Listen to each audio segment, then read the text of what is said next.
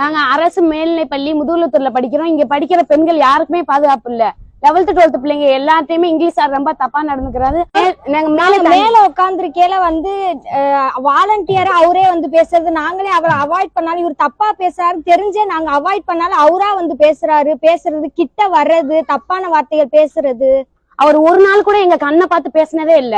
அவர் எங்க மூஞ்சிய பார்த்தே பேச மாட்டாரு. எல்லாமே கீழே பார்த்து மேல பார்த்தே பேசுவாரு. கீழே கண்ணை பார்த்தே ஒரு நாள் அவர் பாதுகாப்பே இல்ல.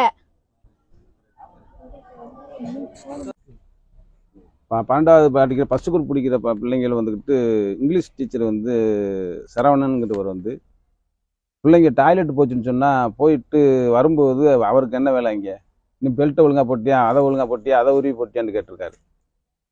இது மட்டும் இல்லாமல் அந்த சினிமாக்களில் செக்ஸ் பாட்டு பாடுற மாதிரி உதட்ட கடிச்சு பாடுவாங்க, அது மாதிரி கடிச்சிக்கிட்டு பேசுகிறாராம்.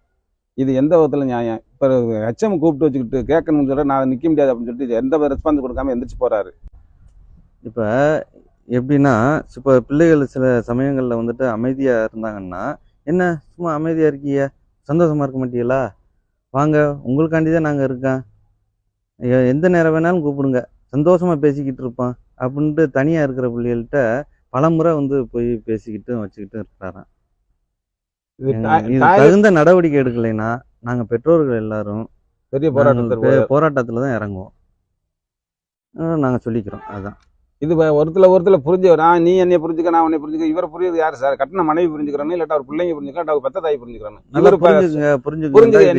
என்னை புரிஞ்சுக்குங்க என்ன சார் புரிய சொல்ற? நீ பாடம் நடத்து, பாடத்துல நீ சரியா கேட்டியா, டவுட் இருந்தா கேளுன்னு கேட்டா அது பாயிண்ட்.